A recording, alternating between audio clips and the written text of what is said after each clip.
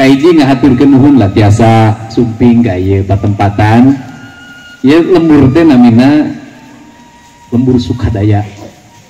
Warsih 2020 rengse janten Bupati Simkuring Lebet DPR RI kumargi kedah gaduh ruang ekspresi ruang ya Simkuring ngawangun ilmu di Pasihanami namina lembur Pakuan. Janten di Google terkenalna lembur Pakuan.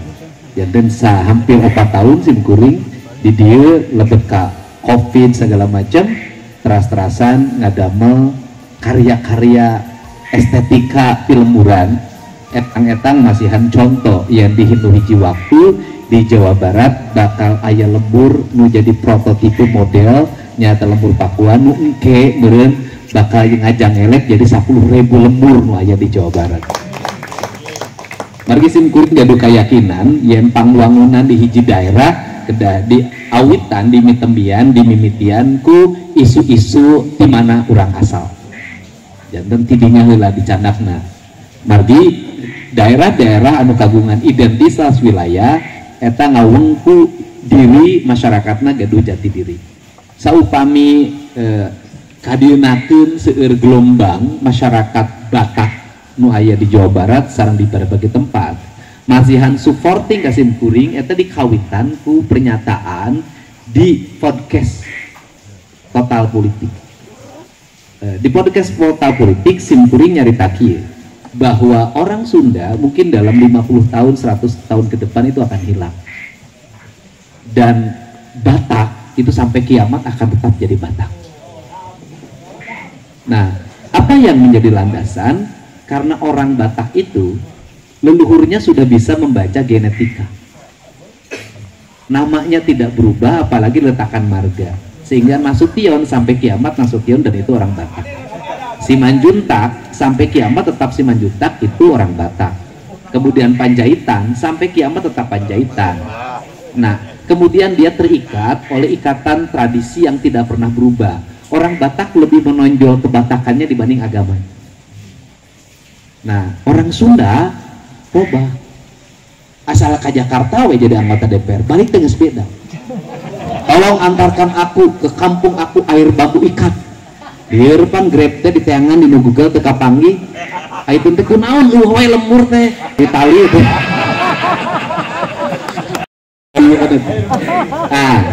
Air bambu ikat.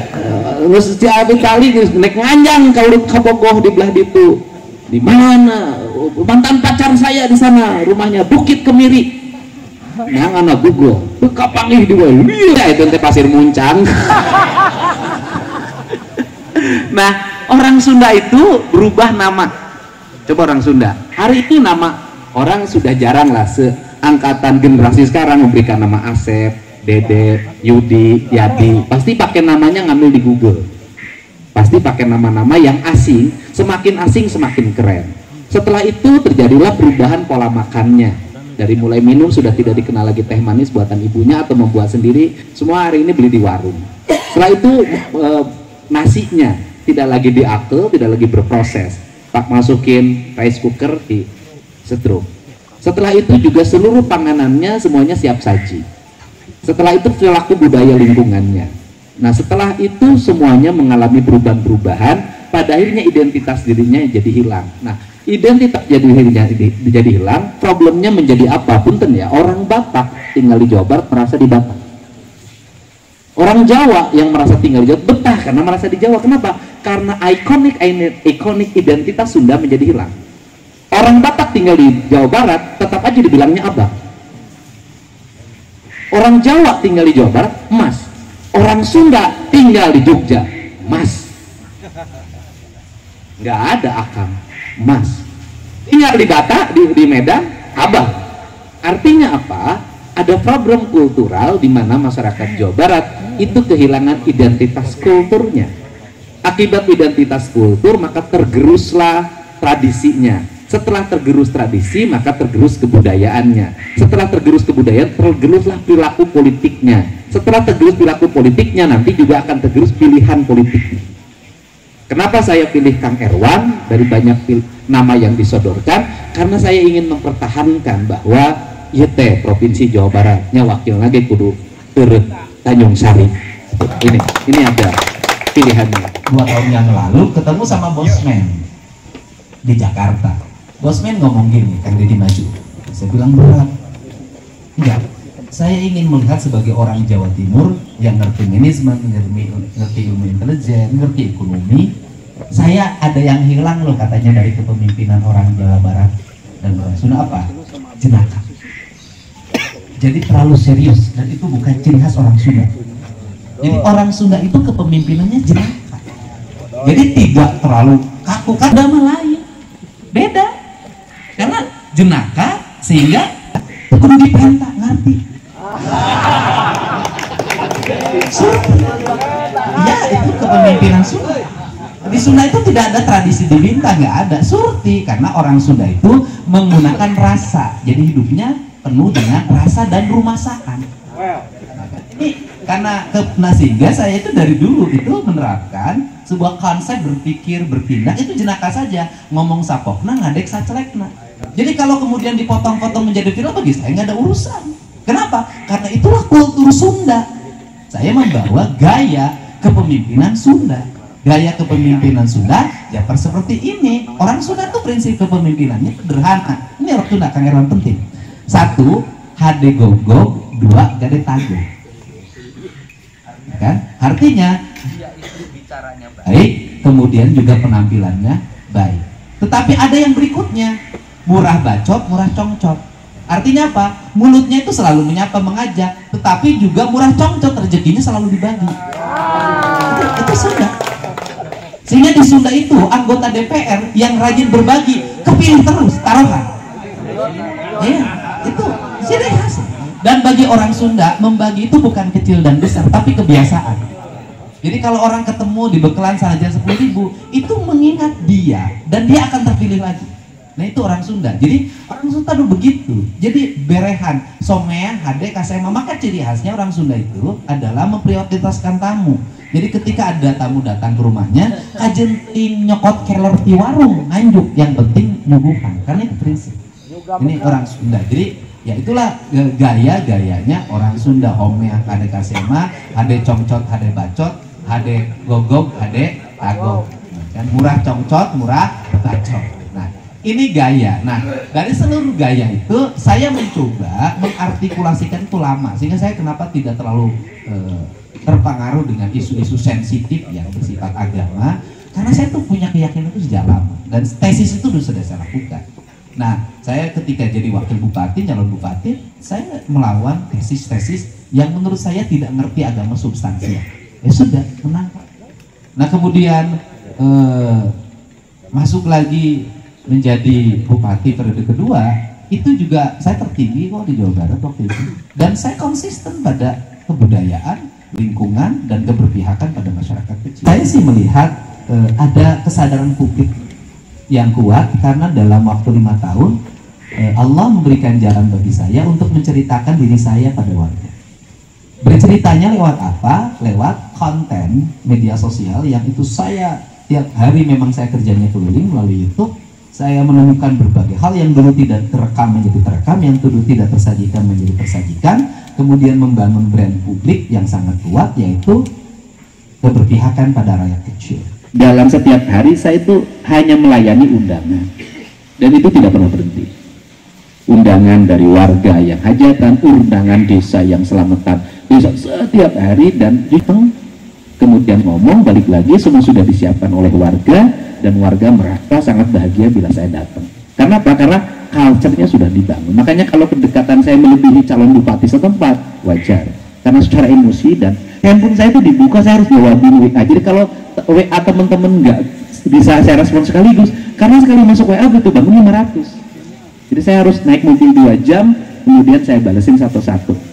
Dan satu-satu saya layanin. Sekedar sapa, tapi kalau yang WA-nya sudah dijawab 2 kali masih WA lagi, saya tidak layan lagi, karena saya tidak mungkin harus hanya 1 orang saya layan, banyak orang. Nah, kemudian orang bertanya lagi, apa sih hashtag?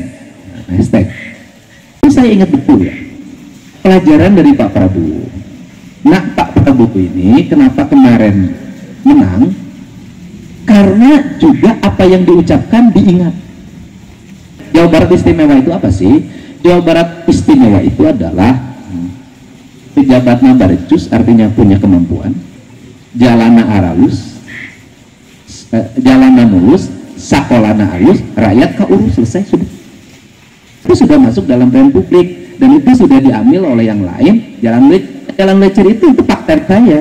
Kenapa? Karena tahun 2008 saya mencalonkan bupati, tema tagline-nya 4, jalan lecir, cai ngalir, dukung buncir, buntu nyengir. Sifatnya sosial, sering nangis segala macam, dan itu menjadi memberikan pesan pada anaknya ketika manapun pergi. Banyak orang yang ngejar saya untuk minta foto, kemudian untuk apa anak muda foto saya mau dikasihin ke mama, tadi pesan mama harus foto makan itu. Oto Hasibuan sudah menyatakan ingin jadi ketua tim hukumnya sekarang, dan itu udah ngomong ke saya ketua tim hukumnya nggak usah dibayar, seluruh pengacara yang di bawah naungan saya.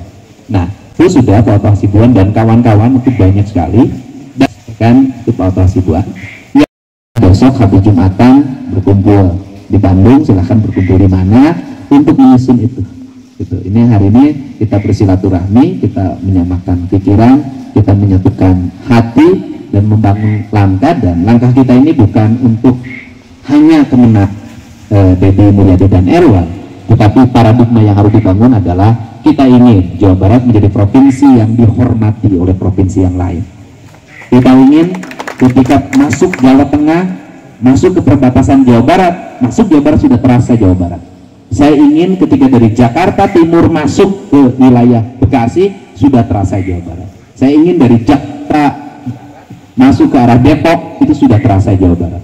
Jawa Barat, dan saya itu nanti akan menggandeng tim arsitektur dari TB. Kemudian saya akan merumuskan perbatasan-perbatasan gapura-gapura itu di seluruh.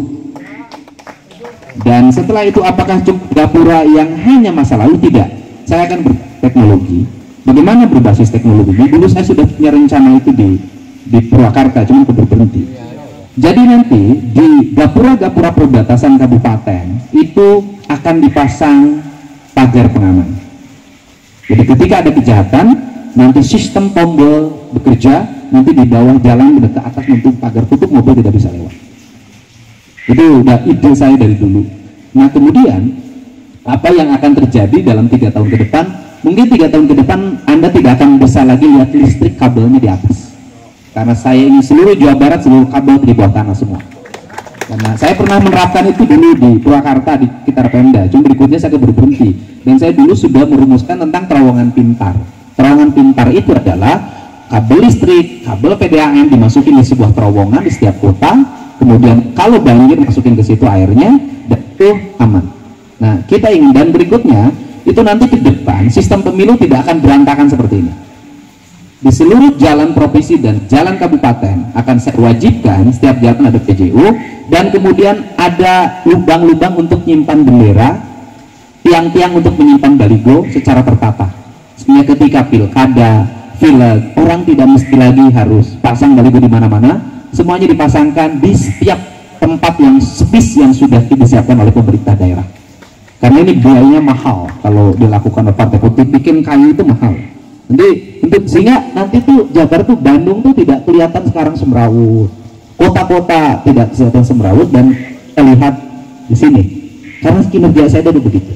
Nah, ini saya ingin Jawa Barat itu menjadi provinsi yang tertata indah, sepenggal tanah dari surga itu betul, sekolah roboh, nggak ada puskesmas yang tidak punya rawat inapnya. Kemudian juga saya sudah merencanakan di seluruh pantai, bibir pantai akan dipasang landasan kawat, bukan cukup 1 kilometer.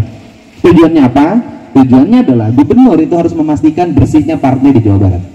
Dan caranya kalau hanya jalan pakai mobil, ya cukup setelah pesawat susi air itu murah, keliling dari satu tempat ke tempat lain, saya pastikan Jawa Barat dalam badan bersih pantainya. Karena membangun Citarum Harum itu akan bisa kalau itu. Dan kemudian tujuan ke depan apa? Nanti, dan di situ nanti ada pesawat yang menjadi ambulannya rakyat. Jadi kalau di daerah itu ternyata perlu waktu dengan cepat, setengah jam harus nyampe RHS, nanti setengah jam harus nyampe Jakarta, karena rakyat ini memerlukan penanganan yang di kabupatennya tidak sanggup, maka pesawat itu bekerja untuk terbang. Ini rancangan, dan saya sudah tahu postur anggaran Provinsi Jawa Barat itu relatif baik, cukup fiskalnya. tinggal memanfaatkannya. Dan ini adalah orientasi, dan insya Allah lah, saya yakin Jawa Barat istimewa itu akan terwujud. Gak usah lama-lama, 3 tahun akan sudah berubah. Nah, 1 tahun mungkin sudah berubah, karena saya biasa bekerja full. Kalau saya tiba-tiba ada di desa. Dan lomba desa, ini penting, lomba desa hanya berlangsung setahun sekali. Tidak ada lomba SKBKS yang protokol banyak banget yang ngabisin duit. Cukup 1 lomba desa. Lomba desa itu menyangkut seluruh aspek pembangunan, keberhasilan KB, pendidikannya, layanan kesehatannya, infrastrukturnya, lingkungan hidupnya, tata kelola pemerintahannya, tata kelola pendidikannya, semua menjadi satu. Ini yang jadi jagoan itu. Nah, juara pertama provinsi itu disiapkan 10 miliar dalam bentuk anggaran kabupaten desa. Dan ini kepala desa akan kerja. Kenapa? Dia akan ngejar hebat 10 miliar dalam bentuk anggaran kegiatan, sehingga dalam setahun itu ada 1 desa yang sudah paripurna. Yang juara kabupatennya nanti juga akan di tackle oleh provinsi 1 miliar. Juara kecamatan 200 juta. Ini diberlakukan, desa itu kerja. Ini diberlakukan, kepala desa nggak akan kemana-mana, dia akan fokus. Dia akan kami panampianana kirang itu gemakeun, ngamaklumlah tegabut bojo kan memang masaknya. Gitu. Alhamdulillah sakit lumayan lah. Jadi lumayan gitu. Saya tukang uki abdi mah jatahna. Hatur nuhun ya, hatur nuhun. Wallahu muwaffiq ila aqwamit thoriq. Assalamualaikum warahmatullahi wabarakatuh. Sampurasun. Sampurasun. Warahmatullahi wabarakatuh. Sampurasun. Hamdan wa syukurillah wa ba'du. Utusan kiring ketika hormat Gubernur Urang Sarawea Bapak Aing Kang Dedi Mulyadi, yang saya hormati Pak Aceh Sajiri, Bantu Menteri Pak. Alhamdulillah itu penting Bantu Menteri di Kabinet Indonesia Maju. Amin. Sami-sami orang doakan sadaya di dia. Itu singkiring di hormat Kang Antong, Kang Buki, Kang Hori, Kang Iswara, Kang Hasbila, Kang Haris, para pimpinan partai politik koalisi Atanapilu Lawakilan, Bapak dan Ibu yang saya hormati, tadi sudah panjang lebar disampaikan oleh para pimpinan partai politik dan juga oleh Kang Dedi selaku gubernur kita, insya Allah. Jadi saya selaku calon wakil gubernur tidak akan terlalu panjang lebar, tak maulah ngaluhuran sirah. Pada prinsipnya saya mengucapkan terima kasih yang sebesar-besarnya atas kepercayaan Kang Dedi mengajak saya di Pilgub Jabar ini, walaupun beberapa kali saya menolak. Bukan saya tidak pede, tapi tadi teh Kang Dedi ari orang Sunda mah kudu jenaka, berarti begitu orang begitu kita serius. Ya, pada prinsipnya pimpinan itu kalau sudah janji A, ya tetap A. Kalau apa yang menjadi program visi misi tadi yang telah disampaikan oleh Kang Dedi, saya selaku wagub nanti akan taat. Saya akan ikuti apa yang menjadi janji-janji politik kita. Ketika kami janjikan A, ya kami akan laksanakan A. Karena pemimpin itu yang dipegang adalah janjinya. Nah, kayak penduduknya layaknya disarankan Kang Dedi. Sekali lagi saya ucapkan terima kasih. Mohon maaf apabila penyampaian saya kurang berkenan. Hapunten gini aya cuma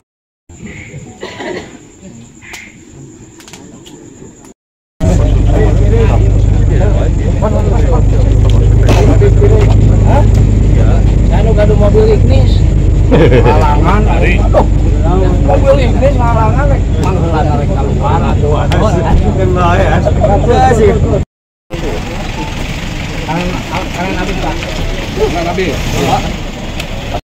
hebat nanti iya tuh hebat Nuhun ya.